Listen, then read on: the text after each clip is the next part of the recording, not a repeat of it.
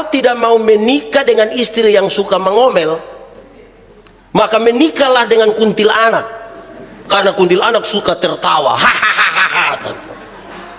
Aku berkata kepadamu, kasihilah musuhmu, berbuatlah baik bagi yang membencimu, mintalah berkat bagi yang mengutuk, berdoa bagi yang mencacimu. Kalau pipi kirimu ditampar, berikan juga pipi kanan. Aku yang memilih kalian. Bapak Ibu Saudara, mari kita berdoa untuk pemberitaan firman Tuhan. Mari berdoa. Ya Tuhan Allah, kami mohon kepadamu, kuatkanlah dan teguhkanlah iman kami, supaya waktu di mana kami belajar firman Tuhan, biar ini menjadi waktu paling baik buat kami. Kami berdoa, Tuhan menjauhkan semua penggoda pencobaan. Kami berdoa supaya di bulan keluarga ini, seluruh pemberitaan firman ini akan menjadi bagian yang sangat baik bagi kehidupan keluarga kami. Terima kasih Tuhan, kami rindu pada firman-Mu. Berfirmanlah bagi kami. Di dalam nama Yesus, firman yang hidup itu, kami berdoa. Amin. Bapak Ibu Saudara, tema yang ditetapkan oleh Majelis Sinode Gemit untuk hari Minggu pertama di bulan keluarga ini, temanya adalah spiritualitas bertumbuh di dalam keluarga. Pembacaannya terambil dari surat 2 Timotius pasal 1 ayat 1 sampai ayat yang ke-14. 2 Timotius pasal 1 ayat 1 sampai ayat yang ke-14. Salam dari Paulus, Rasul Kristus Yesus, oleh kehendak Allah, untuk memberitakan janji tentang hidup dalam Kristus Yesus kepada Timotius, anakku yang kekasih. Kasih karunia, rahmat dan damai sejahtera dari Allah Bapa dan Kristus Yesus Tuhan kita menyertai engkau. Ucapan syukur dan nasihat untuk bertekun. Aku mengucap syukur kepada Allah yang kulayani dengan hati nurani yang murni, seperti yang dilakukan nenek moyangku. Dan selalu aku mengingat engkau dalam permohonanku, baik siang maupun malam. Dan apabila aku terkenang akan air matamu yang kau curahkan, aku ingin melihat engkau kembali supaya penuhlah kesukaanku. Sebab aku teringat akan imanmu yang tulus ikhlas, yaitu iman yang pertama-tama hidup di dalam nenekmu Lois dan di dalam ibumu Eunike, dan yang aku yakin hidup juga di dalam dirimu. Karena itulah aku peringatkan engkau untuk mengobarkan karunia Allah yang ada padamu oleh penumpangan tanganku atasmu. Sebab Allah memberikan kepada kita bukan roh ketakutan, melainkan roh yang membangkitkan kekuatan, kasih, dan ketertiban. Jadi janganlah malu bersaksi tentang Tuhan kita, dan janganlah malu karena aku seorang hukuman karena Dia, melainkan ikutlah menderita bagi Injilnya oleh kekuatan Allah. Dialah yang menyelamatkan kita dan memanggil kita dengan panggilan kudus, bukan berdasarkan perbuatan kita, melainkan berdasarkan maksud dan kasih karunia-Nya sendiri yang telah dikaruniakan kepada kita dalam Kristus Yesus sebelum permulaan zaman, dan yang sekarang dinyatakan oleh kedatangan juru selamat kita Yesus Kristus, yang oleh Injil telah mematahkan kuasa maut dan mendatangkan hidup yang tak dapat binasa. Untuk Injil inilah aku telah ditetapkan sebagai pemberita, sebagai rasul, dan sebagai guru. Itulah sebabnya aku menderita semuanya ini, tetapi aku tidak malu, karena aku tahu kepada siapa aku percaya, dan aku yakin bahwa Dia berkuasa memeliharakan apa yang telah dipercayakannya kepadaku hingga pada hari Tuhan. Peganglah segala sesuatu yang telah engkau dengar daripadaku sebagai contoh ajaran yang sehat, dan lakukanlah itu dalam iman dan kasih dalam Kristus Yesus. Peliharalah harta yang indah yang telah dipercayakannya kepada kita oleh Roh Kudus yang diam di dalam kita. Demikian firman Tuhan. Berbahagia setiap orang yang mendengar firman, memelihara dan melakukan dalam hidup setiap hari. Haleluya. Haleluya, haleluya, haleluya. Bapak Ibu Saudara-saudara, shalom. Sekali lagi shalom. Apa kabar keluarga-keluarga? Saya memulai khotbah ini memberikan izin kepada saudara-saudara kira-kira 5-10 detik merenungkan kembali kita punya keluarga. Ada aman-aman kok, ada baik-baik kok, menyikapi persoalan tuh baik-baik kok, relasi antara kakak adik, suami istri dong ada baik-baik kok. Itu butuh direnungkan lagi. Kenapa?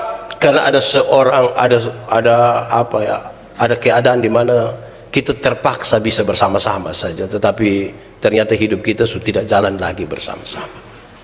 Ada anak-anak yang lupa depo orang tua, ada orang tua yang lupa depo anak-anak. Ada keluarga-keluarga yang masih utuh dan ada keluarga-keluarga yang satu dan yang lain sudah saling meninggalkan. Apakah masih hidup ataukah ketika ada yang sudah mati lebih duluan. Renungkanlah beberapa waktu. Baik saudara-saudara, tema kita tentang spiritualitas yang bertumbuh dalam keluarga. Artinya bahwa diharapkan setelah mendengar firman ini kita bisa merasakan, bisa merenungkan kembali apa sih sesungguhnya yang bertumbuh di dalam keluarga kita. Saya mendefinisikan saudara-saudara, spiritualitas itu adalah cara, gaya, semangat hidup yang menunjukkan nilai-nilai penghayatan. Nilai-nilai penghayatan. Karena itu spiritualitas memberikan kekuatan untuk melakukan sesuatu. Cara, gaya, semangat hidup yang menunjukkan nilai-nilai penghayatan. Karena itu spiritualitas memberikan kekuatan, memberikan daya untuk menanggapi atau melakukan sesuatu. Ini serius saudara. Kenapa? Kan semua rumah kan ada masalah. Kalau spiritualitasnya itu bermasalah, cara dia menanggapi persoalan itu berbeda dengan yang spiritualitas baik. Karena semua rumah ada masalah. Tidak ada satu rumah yang tidak ada masalah. Karena saya pun teman-teman yang biasa dorang meditasi sendiri datang, kalau lihat kami dengan istri bertengkar dan bilang, makanya ke kami, Pak dong kok masa bertengkar? Saya bilang iya, karena kamu tinggal di hutan. Pohon mana yang kas tersinggung engkau? Kalau kita tinggal dari istri, dari anak, dan suami, dan mertua, wih, cara kita menanggapi soal itu bisa saja dua, tambah soal atau kurang soal. Spiritualitas itu kira-kira begitu. Jadi kalau spiritualitas itu kemudian membuat kita menanggapi sesuatu dan melakukan sesuatu, spiritualitas itu diharapkan yang baik. Karena itu saudara-saudara, spiritualitas itu sesuatu yang bergerak dari dalam keluar, bukan dari luar ke dalam. Saya ulangi, spiritualitas itu bergerak dari dalam keluar, karena penghayatan nilai-nilainya ada di dalam. Dia bergerak dari dalam keluar, bukan dari luar ke dalam. Kalau dia baik-baik tapi dari luar ke dalam, itu dia pun nama pencitraan. Kelihatan baik-baik, bagus-bagus, pi pesta dong pakai baju seragam berjalan angkat-angkat tangan begini. Itu mau ke status apa? Gitu. Jadi dia harus dari dalam. Jadi itu betul-betul kelihatan dari dalam keluar, bukan dari luar ke dalam. Saudara-saudara, sama-sama kita tahu bahwa Timotius adalah murid atau anak rohani dari Paulus. Paulus utus dia untuk jadi uskup di Efesus. Soalnya sekarang adalah dia masih sangat muda. Anak muda ini akan berhadapan dengan persoalan serius di sana. Pertama, pengajaran sesat. Dia akan berhadapan dengan pengajaran sesat. Cara dia nanti menanggapi ini soal dan mensiasati ini soal ini serius. Dia harus punya spiritualitas yang kuat sekali. Bukan saja itu saudara-saudara, dia akan berjumpa dengan orang-orang yang merasa dirinya pintar sekali. Apalagi mereka tidak pandang terhadap anak-anak muda. Sudah tua, rasa diri pintar lagi, tidak pandang terhadap anak-anak muda. Anak muda ini akan berhadapan dengan itu. Makanya Timotius menangis waktu suruh pergi. Makanya waktu Paulus menulis surat ini, dia bilang, saya ingat betul engkau punya air mata itu, dan kalau ikut kita pembadan pun mau, saya rindu engkau kembali. Tapi tanggung jawab itu serius di sana. Engkau mesti pergi ke sana.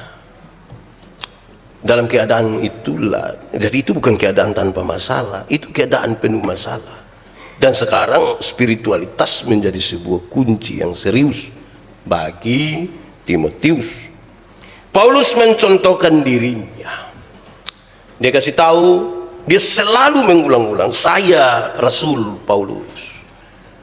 Dia mengingatkan kepada Timotius, kalau dia pakai dia punya diri sebagai contoh, dia kasih tahu Timotius, kalau saya rasul ini Tuhan memilih saya tidak angkat saya sendiri. Begitupun engkau dalam pelayananmu di sana, itu Tuhan memilih engkau tidak mengangkat dirimu sendiri. Kalau Tuhan memilih engkau, itu sesuatu yang sangat istimewa dalam hidup. Tuhan angkat kita itu sesuatu istimewa. Dia kasih ingat, dia bilang sama seperti saya Timotius, Tuhan memilih. Kalau manusia pilih saya kita senang, ini apalagi kalau Tuhan pilih. Dong pilih kita jadi RT saya kita senang. Karena ada apa-apa itu Pak RT omong duluan. Jadi itu kita senang. Apalagi Tuhan pilih.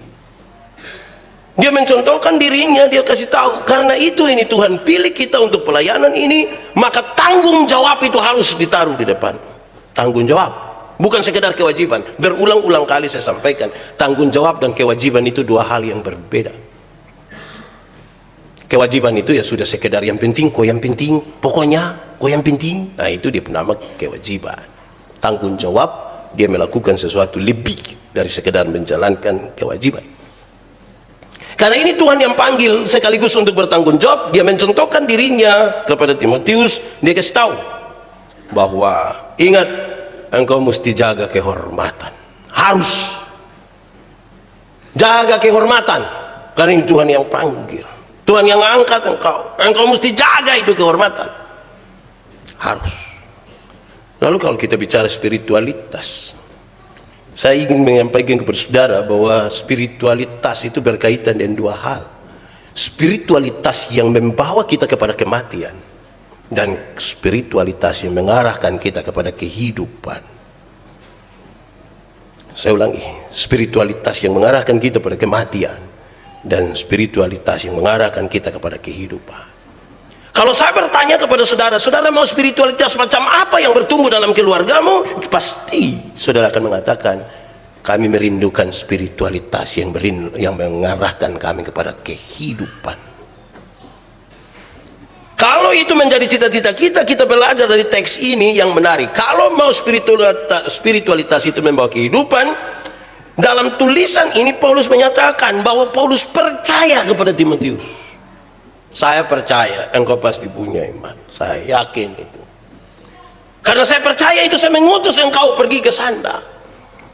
Dia mau kasih tahu di awal bahwa spiritualitas yang bertumbuh itu adalah sebuah yang bertumbuh di rumah yang baik, yang mengarahkan kepada kehidupan, adalah spiritualitas yang dimulai dari rasa percaya. Orang tua harus berani percaya anak. Anak juga mesti berani percaya orang tua. Suami mesti berani percaya istri. Istri mesti berani percaya suami. Saya mau tanya, kita boleh jawab boleh tidak juga tidak apa-apa. Kita saling percaya kok. Ada amin. Bapak-bapak dong bisa kasih mama pegang HP. Bapak-bapak dong juga HP pola rumit. Harus pakai kontak mata lah, sidik jari lah. Dia penyidik polisi.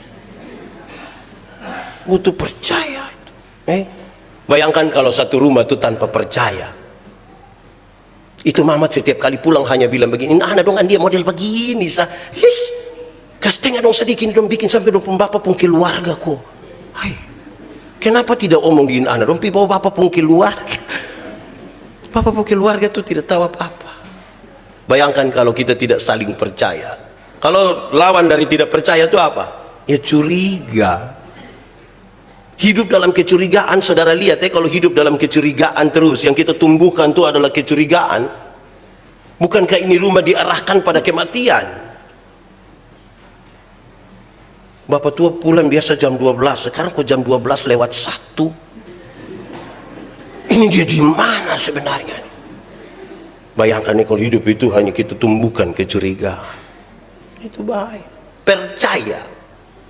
Ulang itu percaya dia ulang kok. Kira-kira kita ini masih bisa dipercaya kok tidak Jangan sampai kita bukan lagi bisa dipercaya. Kedua, saudara-saudara, karena berkaitan dengan kehormatan, Paulus nasihat Timotius, jaga kehormatan keluarga. Karena engkau pun keturunan ini keturunan baik-baik. Engkau pun nenek Lois itu telah berhasil membesarkan mamamu Eunike, dan engkau juga tumbuh dari tengah-tengah keluarga itu yang baik. Tolong jaga kehormatan keluarga. Orang tua di mana yang mau depu anak bikin rusak nama keluarga? Semua orang tua mau supaya anak-anak menjaga keluarga yang baik. Karena itu menjaga kehormatan itu baik bagi sebuah spiritualitas yang mengarahkan kepada kehidupan. Jaga kehormatan. Jangan sampai kita menghancurkan kehormatan. Apalagi dengan hal-hal kecil. Apalagi dengan hal-hal yang sebenarnya bisa diabaikan. Ketiga, saudara-saudara, ingat, engkau harus jaga baik-baik. Ingat baik-baik akan jabatan dan karunia yang Tuhan berikan kepadamu. Kau jabatan apa? Jaga. Bapak, saya begini-begini tidak ada jabatan. Ada, minimal jabatan sebagai kepala rumah tangga lah. Jaga baik-baik. Saya berkhotbah di kaum bapak dong, saya kasih tahu. Dunia sekarang ini kan ada dua dunia. Satu dia pun nama dunia nyata, yang satu dia pun nama dunia maya. Di dunia nyata itu orang tua lahir lebih duluan anak-anak. Makanya ada aturan ini, aturan itu, aturan ini, aturan itu, aturan. Di dunia maya, anak-anak lahir lebih duluan orang tua. Akhirnya banyak orang tua ketika dia masuk ke dunia maya, dia bikin sama kayak dia anak-anak. Padahal dia sudah tua.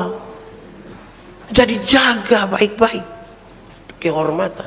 Karena dari nenek sebagus, turun lagi mama yang bagus, anak-anak mesti bagus. Karena nanti engkau punya anak-anak juga. Kira-kira begitu. Keempat, dia ingatkan dalam tugas itu, saudara-saudara, dari spiritualitas yang bagus itu yang bertumbuh, maka engkau akan menyatakan sifat-sifat sebagai seorang pengajar Kristen yang baik. Karena engkau punya spiritualitas bagus, Timotius, maka sifat-sifat pengajar Kristen itu mesti kelihatan dalam hidupmu. Satu, engkau mesti punya keberanian. Sebagai pengajar Kristen engkau harus berani. Kalau berani itu mesti mendalami dengan baik, tahu dan baik, Timotius.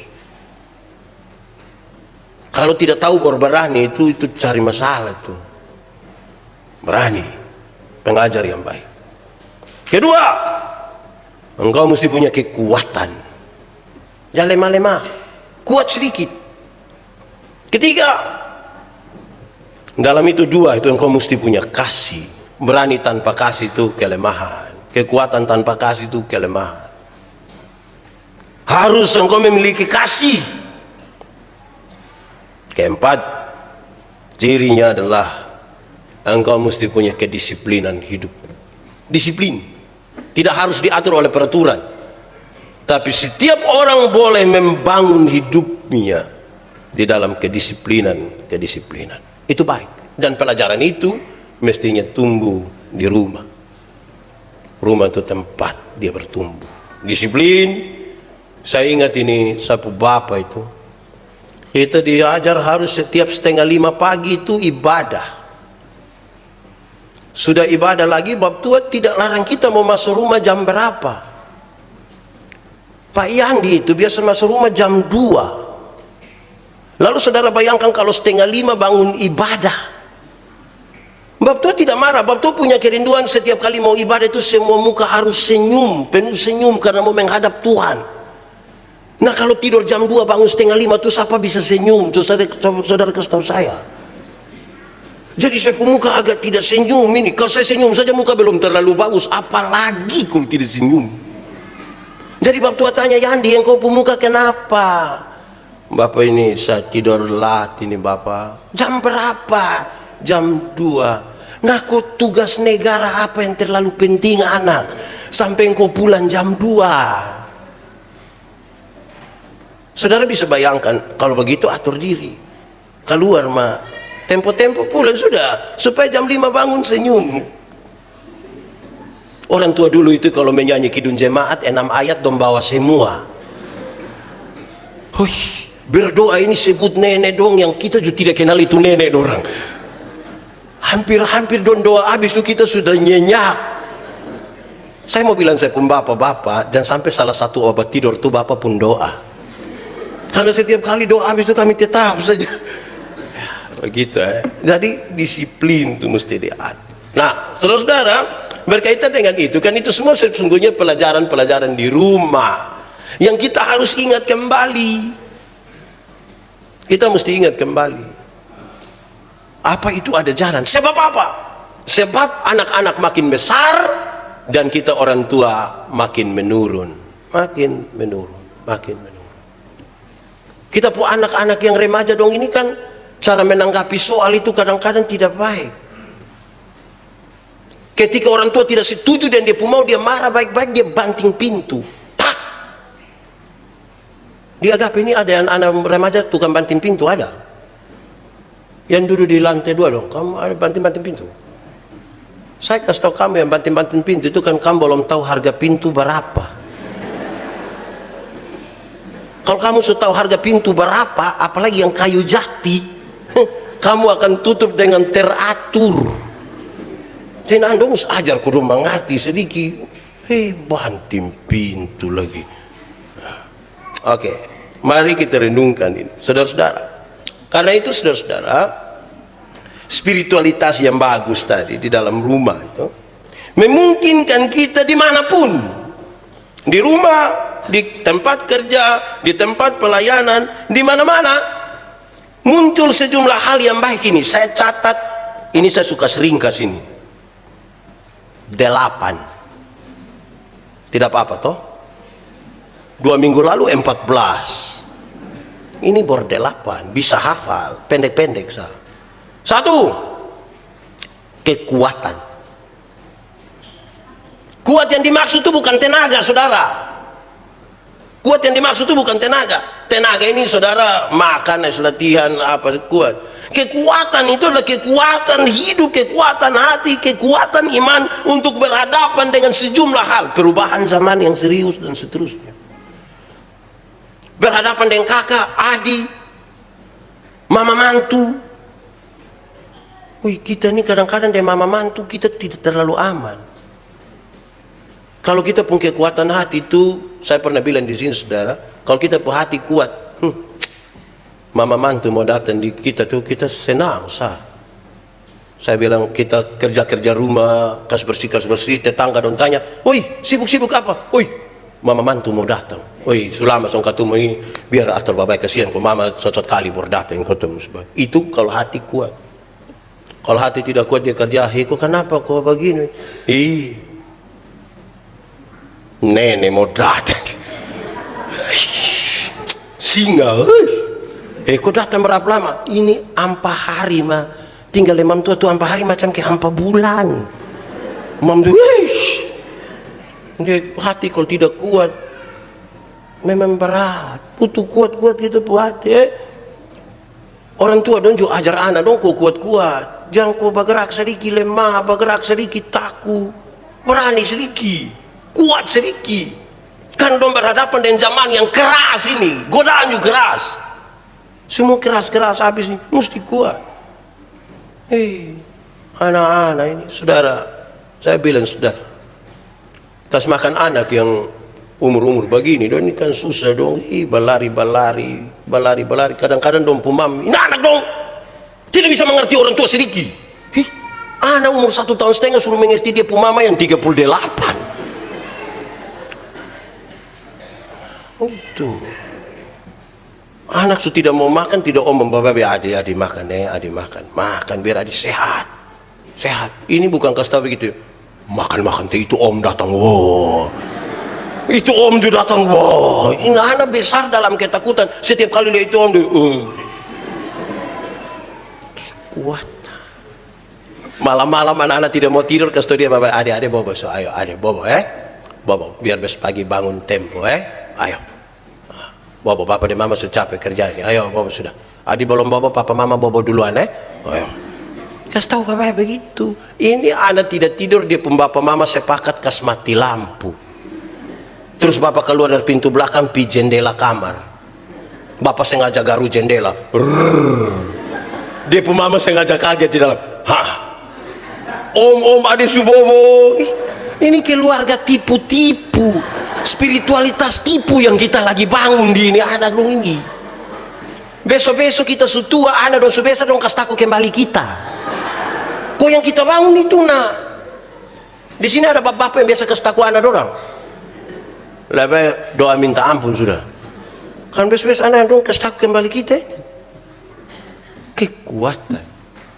Kita tidak selamanya akan bersama-sama dengan orang. Saudara, paling tidak banyak orang tua itu dia mau yang baik bagi dia punya anak-anak. Tapi dia sendiri tidak punya garansi untuk mengatakan dia bisa berapa lama bersama-sama dengan anak-anak. Karena bisa saja anak masih kecil dia papa sudah meninggal, dia mama sudah meninggal. Kita tidak punya garansi berapa lama bisa dengan orang. Karena itu memang nilai-nilai ini perlu dibangun. Kedua, saudara-saudara, spiritualitas yang tadi belajar baik di rumah itu akan membangun sebuah pemahaman dan kehidupan dalam keselamatan. Kehidupan dalam keselamatan. Orang kalau kehidupan dalam keselamatan itu dia hidup aman, dia selamat. Ada suatu anak senyum-senyum terus, orang tanya kenapa senyum terus? Bagaimana saya tidak senyum kalau saya mati masuk surga? Memang ada masalah juga dalam hidup, tapi dia tahu ada kekuatan yang baik. Kenapa kan dia diselamatkan dalam kasih yang besar itu? Bayangkan kalau kita hidup tanpa keyakinan akan keselamatan. Jadi apa? Kita tanya mama kira-kira mati masuk surga kalau tidak? Mau tapi pahija omong begitu loh teh. Anak-anak masih kecil ini. Belum lagi pembapa model begitulah. Hai. Ini keselamatan. Ketiga saudara-saudara, pengudusan.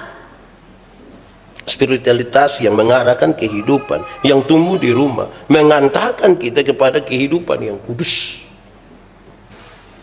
Setiap kali bicara pengudusan itu bicara tentang kesatuan dengan Tuhan. Tuhan yang kita sembah itu Tuhan yang kudus, yang bersatu dengan Tuhan itu menjaga kekudusan. Karena yang kudus tidak dapat bersatu dengan yang tidak kudus. Itu menjadi penting. Ada masalah, ada pergumulan semuanya, tapi pengudusan. Pengudusan itu saudara, kekudusan hidup. Tidak saja kelihatan di luar, tapi karena dia itu di dalam. Saudara tidak akan pernah dengar pendeta Yan itu pencuri apa, saudara tidak akan pernah dengar itu. Tapi saudara tidak tahu apa yang ada dalam pikiran dan perasaan saya ketika saya menginginkan orang lain pembarang atau apapun. Saudara tidak akan tahu. Itu saya yang tahu dan Tuhan yang tahu. Kita bisa menahan diri untuk sesuatu yang tidak dilihat oleh banyak orang, tapi Tuhan melihat sesuatu di sini. Apalagi saudara, dosa itu tidak terjadi serta-merta. Dosa dibuai di pikiran, dibuai di perasaan terus menerus. Dia butuh sedikit pemicu untuk membangkitkan. Malam-malam kalau kita belum bisa tidur, kalau lihat-lihat loteng, lihat-lihat begini, baru senang, saya ada ide. Terus dia bikin status, sudah 2 jam 12 lebih 45 menit, tapi mata belum bisa tertutup. Oh, itu masalah itu. Jaga baik-baik. Keempat, anugerah. Satu kata yang baik bagi orang-orang yang membangun hidupnya di dalam Tuhan. Anugerah, pemberian cuma-cuma. Pemberian cuma-cuma. Baik ketika kamu dipanggil, baik ketika kamu menikmati hidupmu, kamu diberikan sesuatu yang cuma-cuma oleh Tuhan. Anugerah itu dibangun di atas kasih Allah yang besar. Karena itu mestinya itu hidup di dalam kehidupan orang-orang yang mengaku percaya kepada Tuhan. Saudara, orang yang tinggal di dalam anugerah, saya selalu mengatakan, tinggallah selama mungkin di dalam anugerah, supaya kita bisa melakukan banyak sekali kebaikan sebagai bentuk ungkapan terima kasih atas karunia-karunia yang Tuhan berikan bagi kita, anugerah yang kita dapat dari Tuhan. Hiduplah selama mungkin di dalam anugerah itu. Kalau tidak, kita hanya mengeluh. Sudah mengeluh lagi membanding dengan orang lain. Dan kita merasa kita tidak diberkati, tidak diberkati. Orang lain diberkati, kita tidak diberkati. Kadang-kadang kita cek orang lain punya masalah, kita lupa bahwa kita punya masalah. Kan kita tinggal di luar anugerah. 5. Spiritualitas yang mengarahkan kepada kehidupan itu, saudara, kan dia bicara tentang Injil. Maka kita diarahkan untuk makin mengenal maksud-maksud Allah. Mengenal maksud-maksud Allah ini sebuah proses yang terus-menerus, dan proses itu seringkali tidak seperti apa yang kita bayangkan. Yusuf, dia dilahirkan sebagai bagian dari keluarga Yakub. Dia seorang pemimpi yang bahkan tidak disukai oleh saudara-saudaranya. Bukan sekadar tidak disukai oleh saudara-saudaranya, tetapi saudara-saudaranya berikhtiar untuk membunuh dia. Ada rasa tidak enak juga, akhirnya mereka tidak jadi bunuh, orang jual saja. Terus ini orang jual lagi Yusuf, sampai terakhir dia ada di rumah Potifar. Jadi korban fitnah di sana. Dia masuk penjara, berjumpa dengan juru minum juru roti.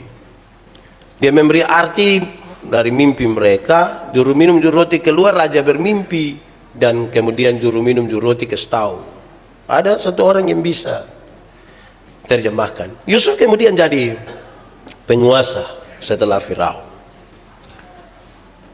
Dia punya bapak, dia punya kakak-kakak semua pergi karena harus cari makanan di sana.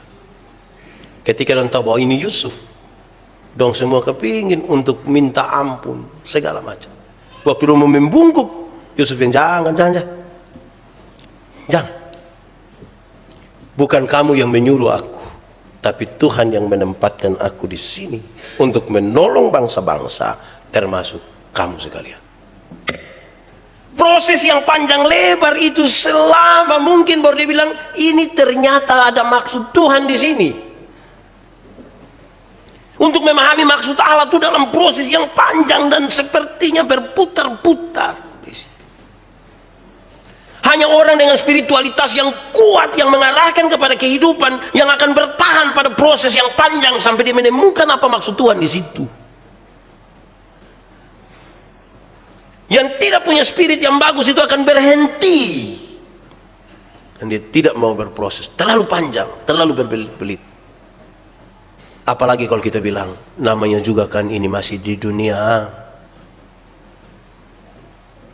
Kita cuma manusia, Pak. Nah kalau omong begitu, mau omong apa lagi? 6. Pembebasan, kehidupan. Injil itu harus menyangkut kehidupan. Kehidupan di surga tidak seseomong. Tapi kehidupan di dunia ini mesti juga dijalani. Dijalani dengan normal. Sambil juga memperhitungkan orang lain, mengingat orang lain. Tidak untuk diri sendiri dalam kehidupan kita di dunia. Membangun hidup, menghargai keberadaan dirinya. Menghargai orang lain. Itu kehidupan di dunia. Jaga itu. Nanti sebentar saya akan sosialisasi itu terlalu tinggi lah. Suara gembala lah. Kasih tahu saudara-saudara bahwa kepada saudara-saudara sekalian, ada yang ingin bersama-sama dengan Agape untuk kita dapat data dari Dinas Pendidikan. Kita punya anak-anak yang sekolah SD itu ada 120 orang yang stunting. Kita diminta turut menjadi bagian bagi mereka. Kasih makanan tambahan dan seterusnya. Sebentar saya sampaikan itu. Tapi saya sudah duluan ini. Supaya kita juga menjadi bagian bersama dengan mereka. Kan ini hidup di dunia. Bukan soal apa yang saudara kasih. Tapi soal apa yang tergerak dari hatimu untuk menjadi bagian dari kehidupan ini. Di dalam kehidupan ini ada banyak hal kita mesti urus. Kadang-kadang kita mesti urus orang lain juga. Urus diri, urus orang lain, urus keluarga. Hei, COVID mulai menurun, ini tiap hari kita kumpul keluarga. Nikah sana, nikah sini, ini mati sini, situ. Hancur. Tapi ya itu hidup sudah. Mau apa lagi? Mau tidak kumpul? Pindah. Di mana kok begitu? Ya hidup keluarga itu. Itu 6. 7. Spiritualitas yang bertumbuh baik di rumah tadi itu mengajak dan mengantar kita pada sebuah pelayanan. Melayani apa ini? Kita melayani Tuhan. Kita tidak sementara melayani pekerjaan Tuhan. Kita melayani Tuhan. Kalau saudara hanya sekedar melayani pekerjaan, jadwal-jadwal mungkin padat sekali. Itu pekerjaan. Tapi kalau kita melayani Tuhan, beda dengan sekedar melayani pekerjaan. Tanggung jawab kita ini banyak toh. Pelayanan di bidang rohani ada, di bidang yang jasmani ada. Semua kita diminta untuk menjadi bagian dari situ. Saudara lihat ya, kalau pekerjaan yang begini banyak ini tanpa spiritualitas, di rumah juga tidak aman, di semua tidak aman. Kita hidup macam tertekan itu. Terakhir ke-8. Saya kira ini yang paling membuat kita dewasa, yaitu perjumpaan dengan Kristus. Harusnya saya taruh ini di pertama, tapi saya mau taruh dia di bagian terakhir. Bahwa spiritualitas yang membawa kehidupan itu sebenarnya adalah perjumpaan dengan Kristus. Dalam perjumpaan dengan Kristus kita baca ulang-ulang Yohanes pasal 14, dikasih tahu, aku jalan, kebenaran dan hidup. Filipus bilang, Tuhan tunjukkanlah kepada kami Bapa itu, dan itu cukup bagi kami. Tuhan Yesus bilang, hai, sekian lama engkau bersama-sama dengan aku, tapi engkau tidak mengenal aku. Engkau seperti orang yang tidak percaya saja. Mau melihat dulu baru percaya. Lantas kemudian di ayat yang ke-12 dikasih tahu, barang siapa percaya kepadaku, melakukan pekerjaan-pekerjaan yang aku lakukan. Supaya setiap orang yang mengaku percaya kepada Tuhan Yesus, kan dia telah berjumpa secara pribadi dengan Tuhan Yesus, melakukan pekerjaan-pekerjaan yang aku lakukan. Saya sebut ini sebagai sebuah kedewasaan betul. Karena mengaku percaya sudah, menjadi Kristen sudah, tetapi sekarang melakukan seperti yang Tuhan Yesus lakukan ini, ini panggilan yang cukup berat bagi kita. Bayangkan kalau di rumah kita tidak mulai dari itu. Di waktu aku lapar, kamu tidak beri aku makan. Waktu aku telanjang, kamu tidak memberi aku pakaian. Waktu, kalau dia sebut satu-satu saja ini Tuhan ini, terlalu banyak ini. Tapi itu sangat dewasa. Rumah yang baik ini, saudara-saudara, di mana pelajaran-pelajaran dan nilai-nilai penghayatan itu tumbuh di situ, dia akan keluar dari rumah yang baik itu pada kehidupan yang berjumpa dengan semua hal yang ada di situ. Kalau tidak, saudara, cara kita menanggapi masalah, saudara lihat ya, kalau orang yang dewasa spiritualnya berjumpa dengan masalah yang sama dengan orang yang tidak dewasa spiritualitasnya, waktu berjumpa dengan soal yang sama, cara mereka menyikapi itu soal kan beda-beda. Yang dewasa itu dia pun cara bersikap lain. Yang tidak dewasa itu dia pun sikap kadang-kadang kita aneh. Ada orang, saya biasa bilang, kalau kita punya kedewasaan spiritual, kita yang berubah. Anak umur 3 tahun meja 10 kilo. Anak umur 3 tahun bisa pikul meja 10 kilo. 17 tahun kemudian anak umur 20 tahun, dia bisa pikul meja yang 10 kilo? Bisa. Yang berubah anak, meja tidak berubah. Itu dewasa. Tidak meminta beban menjadi ringan, dia minta bahu yang semakin kuat. Karena dia tahu kalau Tuhan izinkan ada masalah dalam hidupnya, Tuhan tahu ada berapa kuat dia pun bahu untuk itu. Tantangan di rumah ini kan terlalu besar, saudara. Harusnya kalau orang lolos dari rumah itu disuruh hidup di luar dengan baik. Saya bilang, saudara-saudara, coba saudara bertengkar dengan siapapun di luar, tidak apa-apa. Tapi coba bertengkar dengan istri, coba. Itu dia pun beban itu bisa 6-7 kali lipat. Kan orang di kantor itu kita bertengkar dengan orang, situ kita pulang. Besok pagi lah baru kita ketemu. Tapi kita beda ruangan mangkali. tapi dengan istri. Kan kita bangun tidur di pemuka, kita pergi dapur di pemuka lagi, di ruang tengah di foto paling besar. Wih, saudara bisa tertekan itu. Jadi kalau saudara tidak mengatur itu dengan baik di situ, kalau itu aman di situ, beres. Saya kemarin baca satu orang punya foto di dia pun profil apa itu. Saya antara senang, setuju, tidak setuju, lucu. Kan dia tulis begini. Kalau tidak mau menikah dengan istri yang suka mengomel, maka menikahlah dengan kuntilanak. Karena kuntilanak suka tertawa. Hahaha. Oh, saya rasa betul Tapi ini bukan angin segar untuk ibu-ibu.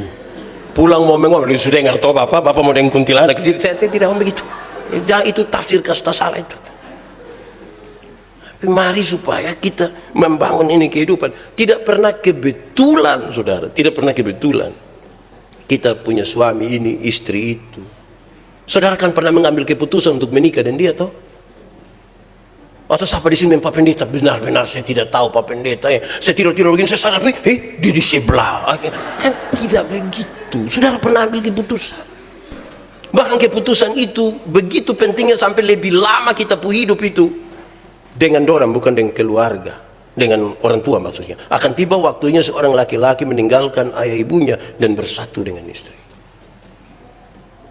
Nikah umur 30 tahun, kita usia 30 tahun nikah. Tinggal dengan ibu, istri itu 40-50 tahun. Bayangkan. Bukan tambah hari tambah bagus. Tambah hari dia menyusut. Dia ke mana kok? Wih, saudara mesti ini kuat ini.